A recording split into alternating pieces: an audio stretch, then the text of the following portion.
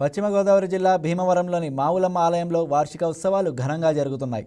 మావులమ్మను దర్శించుకునేందుకు జిల్లా నుంచే కాకుండా రాష్ట్రం నలువైపుల నుంచి కూడా భక్తులు తరలి వస్తున్నారు. మావులమ్మ అమ్మవారిని సాక్షాత్తు ఆ మహాకాళి అవతారంగా భక్తులు భావిస్తారని ఆలయ ప్రధాన అర్చకులు సూర్యనారాయణ మూర్తి చెబుతున్నారు.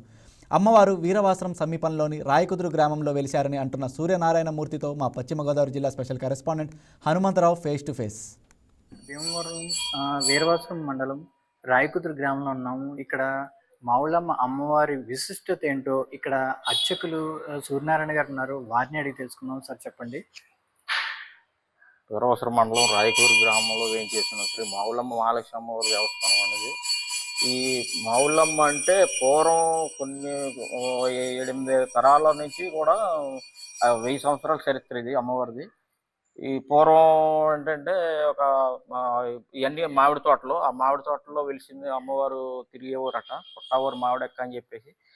అప్పుడు ఏంటనేది అంటే మావులమ్మ నాకు నేను మావులమ్మ అమ్మవారిని నాకు ఇక్కడ గుడి నిర్మించండి అని చెప్పేసి అంటే పూర్వీకులందరూ కూడా అమ్మవారి గుడి నిర్మించారు. అప్పట్లో పూర్వం నరబలి కూడా ఇచ్చేవారట.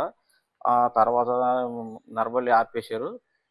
రాను రాను ఇప్పుడు మామూలుగా జాతరలు అవి చేస్తున్నారు. ఆషాఢ జ్యేష్ఠ శుద్ధ దశమి నుంచి బహుళ దశమి నుంచి చతుర్దశి వరకు అమావాస్య గడియల్లో జాతర చేసి పాడ్యం గడియల్లో అమ్మవారిని గుడిలో పెడతారు. అప్పటి నుంచి కూడా ఆషాఢం అంతా కూడా నైవేద్యాలను సమర్పించుకొని మొక్కుబడులు ఇచ్చి భక్తులందరూ కూడా దర్శనం చేసుకుంటూ ఉంటారు.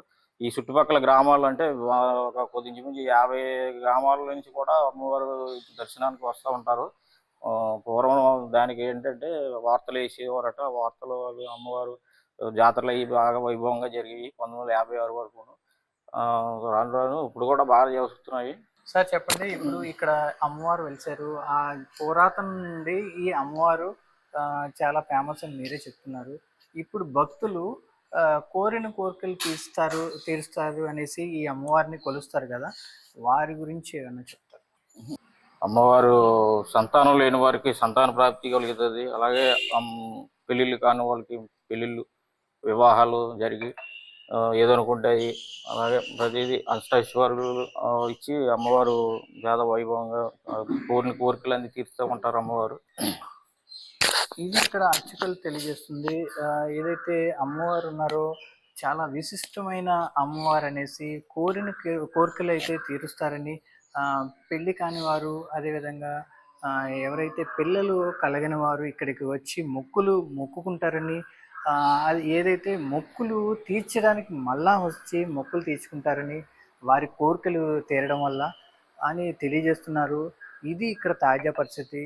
కెమెరామెన్ నవీన్తో Hanumantharao, YK TV. Please subscribe to YK TV Network. Please subscribe to YK TV. Please watch YK News.